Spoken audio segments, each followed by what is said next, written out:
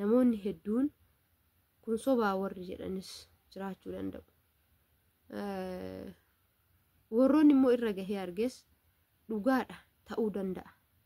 Anuu miidhama kana nan qaba kan jettanis komentii keessan arguun barbaada jechuudha. Maaliif miidhama akkanaa namni qabu immoo nama kaayyoo qabu, nama jireenya isaa fooyyeessuuf, jireenya gadaantummaa hin jiraadhu, jireenya namaan qixaan jiraadha jedhee nama yaadu, jireenya gonkumaa hirkattummaa hin barbaanne nama akkasiititu miidhama jechuudha. Baay'een gadde jechuudha. Baay'umaan gadde.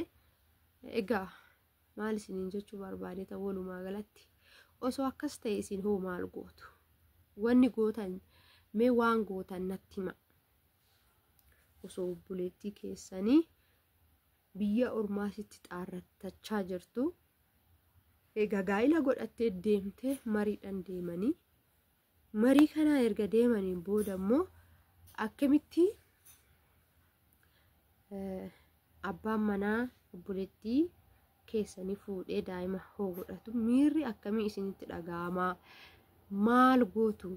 Furmaanni isin obboleettii keessaniif kennitan maalidha?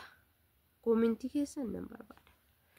Jira jirtu fayyaa keessanii nagaa jirtanii annagaa kootii galata waaqaa haga nagaa fayyaa taatan isiniin jecha har'a immoo wanta baay'ee qalbii koo na cabse wanta hiriyaati yarra akka hin geenye barbaadu. Gonkuma ijaanis arguu dhaga'uus wanta hin barbaanne obboleettii koo irratti wanta ta'uu hin barbaanne, wanta ta'uu hin ta'a jedhee ani hin yaanne tokko isiniif hoon qoodullee baadheeyyuu yaada koo na hubattu jedhee yaada dubbachuuf baay'een cinqamaa jira. Dhugaa dubbachuuf oote baay'umaan cinqamaa jira. Keessi koo samoona kana jechuudha. Akkuma badettu sirrii nan hojjetu jechuudha. Keessi kiyya baay'een jeeqame. Maaliif wanta obboleettii kiyyarra hingaa jedhee yaanne tokkotu arge jechuudha. Wanti kun immoo dhukkubbii sammuu guddaa natti ta'e. Egaa kana maal gochuun qabame? Isunumaa nan mari'adha. Obboleettii kiyya yookaan hiriyaan kiyya hundi keessanuu hin beektu ebelu jedhee yoon dubbadhe tariitii ishinis nama na hordofu nama yeroo baay'ee miidiyaa kanarratti wajjin nu argitanii hiriyaa biraa nu kan yuutuubii wajjin hojjedhu baay'inaan biyya arabaa keessa taa'ee kan nan wajjin hojjedhu. Ishiin biyya arabaatis jirti ammas hin beektu. Kana isinitti himuuf maal isiniin jechuu barbaadetanii gaafii tokko isin gaafachuu barbaadetanii. Gaafiin kiyyas obboleettiin keessan yoo miidhamtu waan isin hin yaanne, obboleettii keessan osoo ishiin biyya ormaatti gubattu, osoo ishiin nan hojjetadhee galee bultii kiyya oo'ifadha, daa'ima horadha jettee osoo yaaddu, osoo mana ijaaruuf waa hunda xumurattee galuuf nama kaayyoo qabdu taatu, garuu abbaan manaa obboleettii keessanii kun nama biroo fuudhee daa'ima irraa argatee gaafa argitan lapheen keessan hangam isin caba. Egaanis miiruma saniitu baay'ee na cinqe, baay'een gadde. Egaa asirratti gorsa ta'uus danda'a, gorsa ta'uu baachuus danda'a. Namoonni hedduun kun sobaa warri jedhanis jiraachuu danda'u. Warroonni immoo irra gahee arges dhugaadha ta'uu danda'a. Anuu miidhama kana nan qaba kan jettanis komentii keessan arguun barbaada jechuudha. Maaliif gubaa akkanaa namoota hedduu akka qabu nama hubachiisa jechuudha. Miidhama akkanaa namni qabu.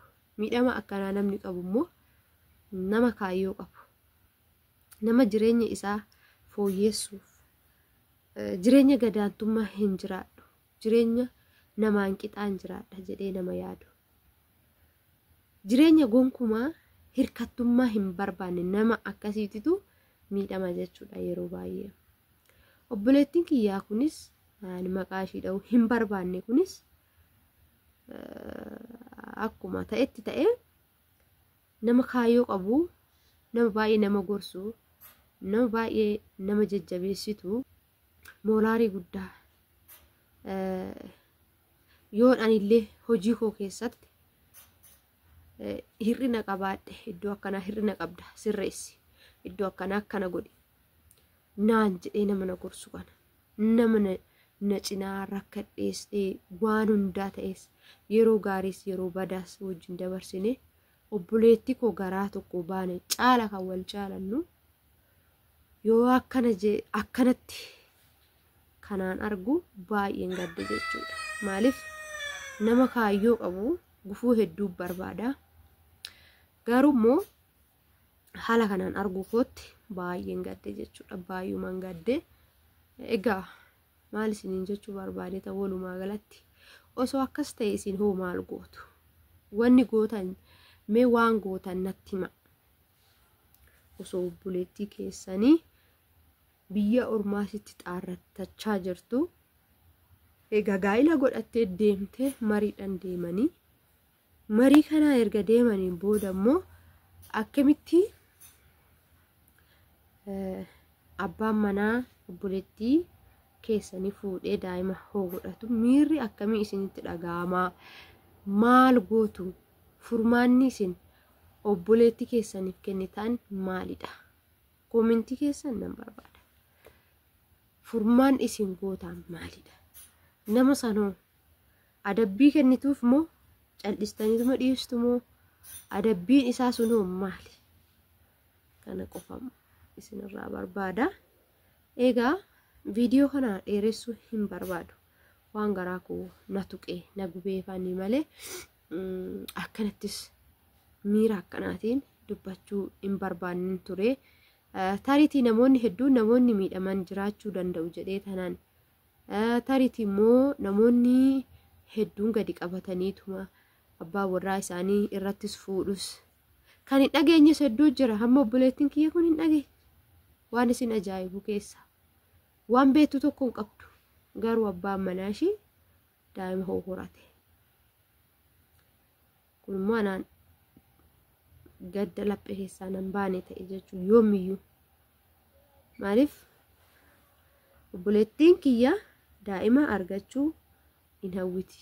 Akkuma nama kamiitu jireenya horachuu ni hawwiti. Garuu immoo jireenyumaaf xaarumaaf biyyaa baate waan ta'eef waan godhuun na dhibee tokkoffaa waan godhuun na dhibee isiniin mariidhaaf jechuudha. Isiniin mariidhaafini mee isin hoo maal gootu? Wanti isin gootan maali? Kana qofa naa deebisaa. Koomentii keessa namoonni rakkoo akkasii qabdan yoo jiraatan dubbisee ishinis nama miidiyaa hordofu waan taate waan kana koomentii keessaniinuu waa wayii jechuu dandeessi. Garuu ishiin kana jettee natti hin himne anis kana jedhee dubbachuuf natti ulfaate. Hiriyoonni baay'ee jira.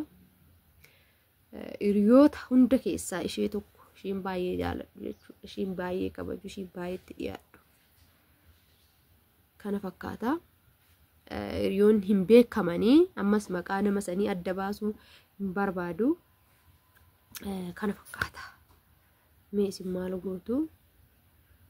Isiniin jechuu barbaadee tanani yaada keessanis naa qoodaa. Akkasumas warri kanaan miidhamtanis yoo jiraattan yaada keessan naa qooduu hin dagatina. Isiniin jecha horaa bulaa deebana. Warroonni mana kanaaf haaraa taatan immoo sabiskiraayibii, sheerii, laayikii godha. Akkasumas immoo warroonni magaalaa Asallaa naannawa Asallaa ta'e yookaan godina Arsii taatanii lafa Asallaatti bitachuu barbaadan, mana bitachuu barbaadan akkuma argitan viidiyoo kiyya warri daawwattan sheer nama birootiif gochuu hin dagatina. Warroonni barbaadan immoo keessaan na dubbisuu hin dagatina. Lakkoofsi immoo kooti yeroo hundaa banaadha. Kan fakkaata isiniin jechuun jaaladha. yaaduma akka naa kennitaniif jechuudha. Baay'inaan yaada keessan namni wal jabeessaa gorsa walirraa fudhataa walirraa barataa waa hedduudha.